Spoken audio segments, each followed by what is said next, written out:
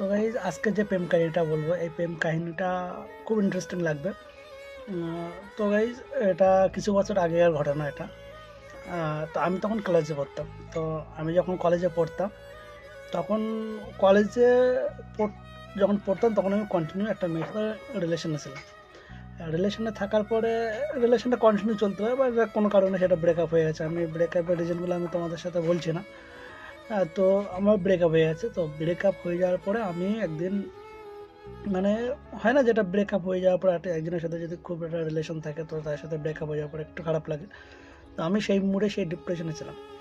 তো সেখান থেকে আমার একটা বান্ধবী, আমাদের একই ক্লাসমেট বান্ধবী আমাকে সাজেস্ট করলো কি একটা বান্ধবী আমার তার বিয়েতে ইনভাইট করেছে আমাকে। এবার আমার যেহেতু মুড অফ ছিল তো যার জন্য আমি যাওয়ার কোনো রকম প্রোগ্রাম ছিল না। তো আমাকে আরেকটা বন্ধু আমাকে সাজেস্ট করে যে চল ওখানে চল, বান্ধবীর বিয়েতে চল, যেহেতু ওরও ইনভাইট ছিল। তো আমাকে বলে যে চল বান্ধবীর বাড়িতে চল, ওখানে গিয়ে কিছুটা মন ভালো লাগবে। মানে ও আমাকে জাস্ট একটু ওই যে ডিপ্রেশন থেকে, ওই ডিপ্রেশনটাকে একটু দূরে সরানোর জন্য আমাকে নিয়ে গিয়েছিলো, যাতে একটু মনটা ভালো লাগে। যেহেতু একটা বিয়ে বাড়ি অনুষ্ঠান বাড়ি যখন লোকজন থাকবে, আত্মীয় স্বজন থাকবে, বা একটু হই হুল্লোড় হবে, তখন একটা মনটা ভালো রাখার জন্য বন্ধু আমাকে সাপোর্ট করে নিয়ে গিয়েছিলো ওখানে। তো হয় না যে মনের মধ্যে যেটা চলছে সেটা তো অটোমেটিক চলতেই থাকবে না, সেটা যত অনুষ্ঠান হোক, যত মামলা হোক না, যত হই হুল্লোড় হোক না কেন, সে হবেই এরকম, মনের মধ্যে একটা থাকবে। তো আমারও সেই পরিস্থিতির মধ্যে ছিলাম। তো বন্ধু যখন আমাকে বিয়েবাড়ি নিয়ে গেল, তো একটা ওখানে বিয়েবাড়ি সবাই অনুষ্ঠানে সবাই মেতে আছে, বাট শুধু একমাত্র আমি ছিলাম যে কিনা একটু অনুষ্ঠান থেকে দূরে ছিলাম আমি। কারণ সেই সময় সেই মনের যে ডিপ্রেশন ব্যাপারটা ছিল ওটার জন্য আমি দূরে ছিলাম, অনেক ডিস্টেন্সে ছিলাম। তো আমার ওই একাকিত্ব দেখ না একটা মেয়ে আমার কাছে আসলো। আমার কাছে আসার পরে, মানে আমার কাছে না, বন্ধুটার কাছে আসলো। বন্ধুটার কাছে গিয়ে জিজ্ঞাসা করছে ওর কী হয়েছে। মানে সেও ছিল আমাদের ক্লাসমেট, আমি তাকে ওই পর্যন্ত ঠিক আছে একটু মায়ের সাথে হাই হ্যালো বলতো বন্ধুত্বের খাতিরে। তো মানে ও ছিল আমার যে বন্ধুটা আমাকে যে বিয়েতে নিয়ে গেছে সেই বন্ধুর বান্ধবী ছিল ওটা। মানে ওরা সব একই সাবজেক্ট অনুযায়ী ওরা একই ক্লাসমেট। তো আমি ওখানে গেছি, মানে ওখানে দাঁড়িয়ে আছি। তো ওখান থেকে ওই ছেলের মেয়েটা যেহেতু আমাকে চেনে, তো আমাকে জিজ্ঞাসা করে, মানে আমার বন্ধুকে জিজ্ঞাসা করছে যে ওর কী হয়েছে। ও বন্ধু, আমার বন্ধু ওকে পুরো ডিটেলস খুলে বললো। খুলে বলার পর মানে খুলে বলার পরে তারপরে মেয়েটা আমার কাছে আসলো, বলে তোমার, আমি সবই শুনলাম, তুমি এদিকে আসো। এবার আমি যাবো না বলছিলাম, বাট আমাকে প্রেশার করে দিলো, আমি গেলাম সাথে। গিয়ে ও মানে সবার সাথে, মানে একটা হয় না যে একটা হই হুল্লোড় যে ব্যাপারটা, ওই ওই মুমেন্টে ওই জায়গায় আমার রাখবে আর কি ও। এবার আমি তো থাকবো না, বাট ও আমাকে জোর করছে। তো যাক আমি সবার কথা রিকোয়েস্ট রেখে, সবার কথা রেখে আমি ওই স্পটে গেলাম, এবং স্পটে গিয়ে ওখানে গিয়ে ওরা এন্টারটেন করছে, আনন্দ করছে, মজা করছে, বাট আমি ওখানে জাস্ট আমার মতো করে জাস্ট একটা স্ট্যাচুর মতো দাঁড়িয়ে আছি। এর ওই মেয়েরা না অনেক সময় নোটিস করছে, ঠিক আছে। তো নোটিস করার পরে আমি নামটা মেনশন করছি না। তো মেয়েটা আমাকে নোটিস করছে, নোটিস করার পরে তা দেখছি এর ভিতরে ভালোই একটা ডিপ্রেশন আসে। তো যার ফলে ও কী করেছে সেই দিনটা আর আমার কোনো রকম প্রেশার দেয়নি, তবে আমাকে খুব সাপোর্ট করছিল সাইডে। তো ভালো কথা। এবার আমি অতটা সেভাবে গুরুত্ব দেইনি তাকে, কারণ অলরেডি দেখো গাইজ, একটা যখন একটা রিলেশনে যখন ব্রেকআপ হয়ে যাবে তার মনের অবস্থা কী হয়, যার সাথে ঘটে একমাত্র সেই জানে। তো আমারও ওরকম একটা পরিস্থিতি ছিল। তো আমি ওখান থেকে চলে আসলাম, ওই বিয়ে বাড়িতে চলে আসলাম। এবার ওই বান্ধবী, মানে ও বিয়ে বাড়িটা কোনো মতো ওইভাবে কেটে গেল। তো বান্ধবী আমাকে তার রিসেপশনে আমাকে ইনভাইট করেছে যে রিসেপশনে তোকে যেতে হবে। মানে আমার যে বান্ধবীর বিয়ে, মানে আমার ওই বন্ধুর বান্ধবীর যে বিয়ে হচ্ছিলো, সেই বান্ধবী যেহেতু আমাদেরও বান্ধবী কম বেশি চেনা পরিচিত ক্ষেত্রে, তো আমাকে বলছে যে ও যেতে হবে, ইনভাইট করেছে আমাকে যেতে হবে। তো আমি যাবো না বলছিলাম, বাট ওই যে মেয়েটা, সেই মেয়েটাও আমাকে ফোন করলো, ফোন করার পরে বললো যে আসতে হবে। তো আমি গেলাম। যখন আমি ওখানে গেছি, তো তখন গিয়ে না, মানে মেয়েটা না আমার পিছন থেকে তো সরছে না, মানে আমার অলওয়েজ আমার সাপোর্ট করছে, ঠিক আছে। কারণ সে কী হিসেবে সাপোর্ট করছে সেটা আমি জানতাম না, বাট আমাকে সাপোর্ট করছে এবং আমাকে মনোবল দিচ্ছে যে যাওয়ার হয়ে গেছে, বাদ দাও, লাইফে এরকম আপস ডাউন হতে থাকে, বিভিন্ন রকম আমাকে মনটাকে সান্ত্বনা দেওয়ার চেষ্টা করছে। আমি ঠিক আছে চলো, কোনো ব্যাপার না। রিসেপশনটা কোনো মতে কেটে গেল। এবার মেয়েটাকে আমি ছাড়তে গেছি, যেহেতু মেয়েটা আমার সাথে সবসময় ছিল। ইভেন মেয়েটা রিসেপশনে গেছে, আমার সাথে গেছে। এবারে ওর বাড়ি যেহেতু বান্ধবীর পাশে বাড়ি ছিল, তো তাকে আমি দিতে গিয়েছিলাম।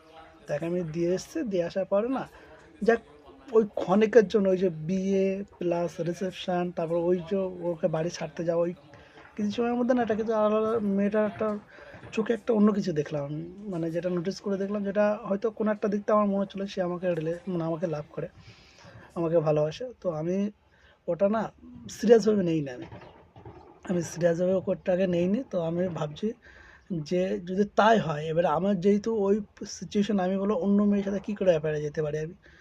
তো আমার মনের ভিতরে সে আমার কোনো চিন্তাভাবনা নেই। এবারে নেক্সট দিন যখন কলেজে এসছে, কলেজে আসার পরে আমাকে বিভিন্ন হাই হ্যালো থেকে শুরু করে বিভিন্ন রকম জিজ্ঞাসা করতে, এরকম চলতে প্রায় ১ সপ্তাহ মতো চললো।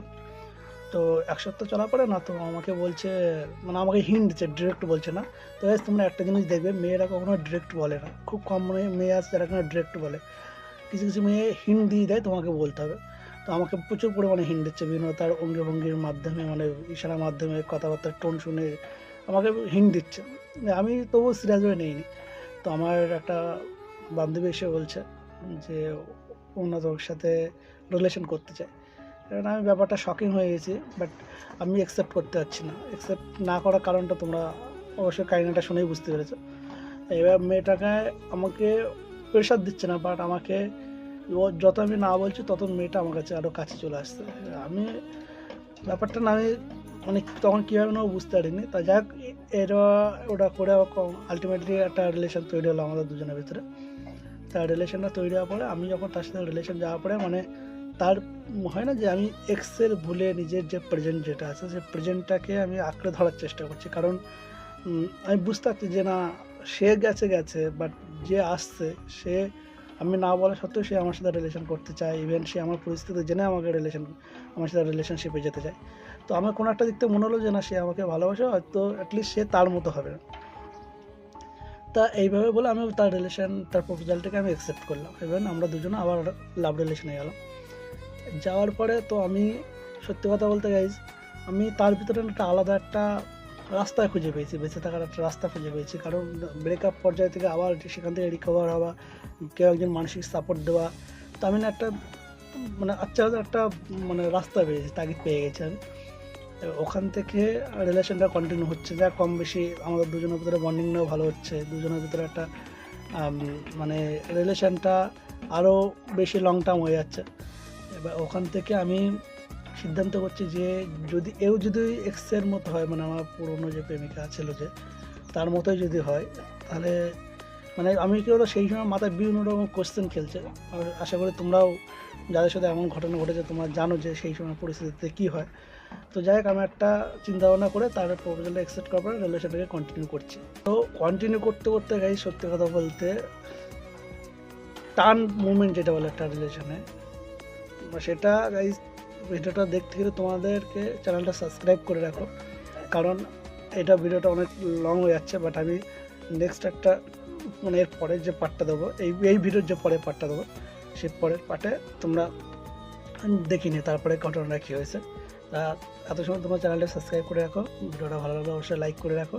আর এই যে একটা যে রিলেশনের ঘটনাটা বললাম, আমি তোমাদেরকে শর্টভাবে বোঝালাম, বাট এটাকে যদি আমি পুরো ডিটেলসে বলি তাহলে অনেকটা লং ভিডিও হয়ে যাবে।